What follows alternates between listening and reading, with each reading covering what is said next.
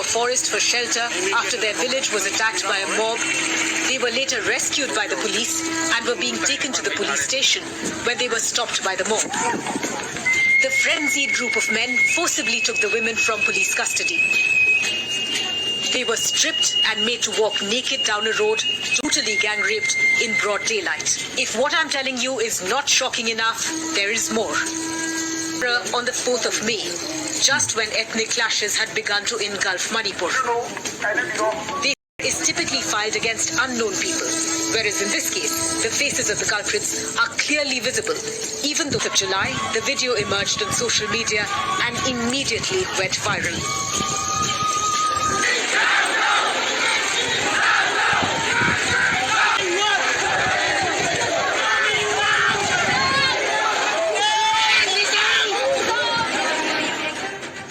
Prompting outrage and calling for justice for the women. The Manipur police claim that all efforts were being made for the last 2 months, demanded the death penalty for the members of the mob. Immediately वो video को देखा, चाहे मणिपुर की हो, इस देश में, हिंदुस्तान के किसी भी कोने में, किसी भी की राज्य सरकार में, राजनीतिक वाद विवाद से ऊपर उठ करके कानून व्यवस्था का महात्मा है, नारी का सम्मान, और मैं देशवासियों को विश्वास दिलाना चाहता हूं, किसी भी गुनहगार को बख्शा नहीं जाएगा।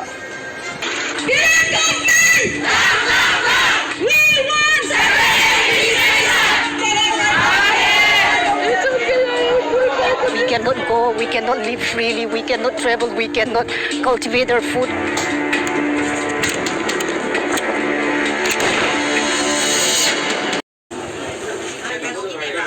शुबोल की मां उन कपड़ों में अपने बेटे को ढूंढ रही हैं जिन्हें पहनकर वो फुटबॉल खेलता था। इस मौत की खबर आने के कुछ घंटों बाद स्थानीय लोगों के अंदर का दर्द और गुस्सा इम्फाल की सड़कों पर फूट पड़ा। शुबोल के घर से करीब 1.5 किलोमीटर दूर बड़ी संख्या में महिलाओं ने इम्फाल की मशहूर इमा मार्केट के नजदीक सभी रास्तों को रोक दिया। पुलिस की एक बड़ी मौजूदगी ये सुनिश्चित कर रही थी कि ये महिलाएं मणिपुर के मुख्यमंत्री एन बीरेन सिंह के घर तक ना जा सकें। मणिपुर में 2 महीने से ज्यादा से चल रही जातीय हिंसा का एक और अध्याय इम्फाल की सड़कों पर लिखा जा रहा था। एक नौजवान हमारे लिए मर गया, न जाने कल कितने और मरेंगे।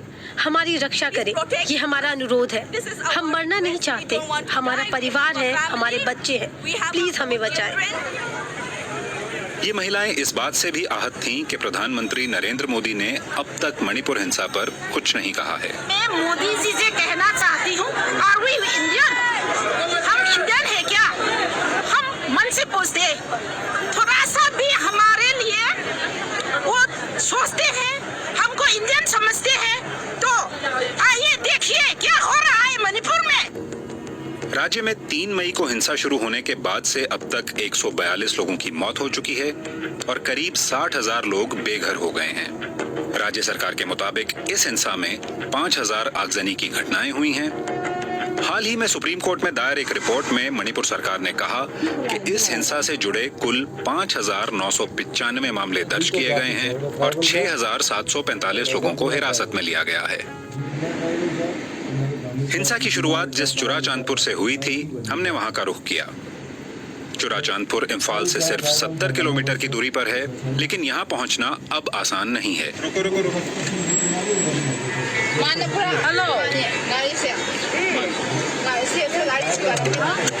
इम्फाल और चुराचांदपुर के बीच पड़ने वाले बिष्णुपुर जिले के इलाके को बफर जोन बना दिया गया है। भारतीय सेना और अर्धसैनिक बलों के कई चेक पोस्ट पार कर हम चुराचांदपुर पहुंचे।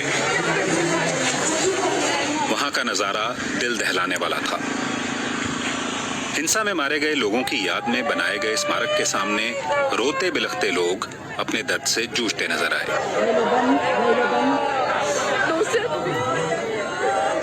स्मारक पर लगी मृतकों की तस्वीरों में एक 2 महीने के बच्चे की तस्वीर भी शामिल है।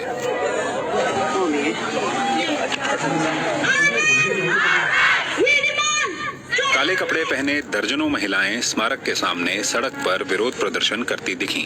We don't have a government. There is nobody to. हमारे पास सरकार नहीं है, हमारे लिए खड़ा होने वाला कोई नहीं है, तो हम यही कर सकते हैं कि यहाँ आकर अपने भाई बहनों का शोक मनाएं और इंसाफ की मांग करें।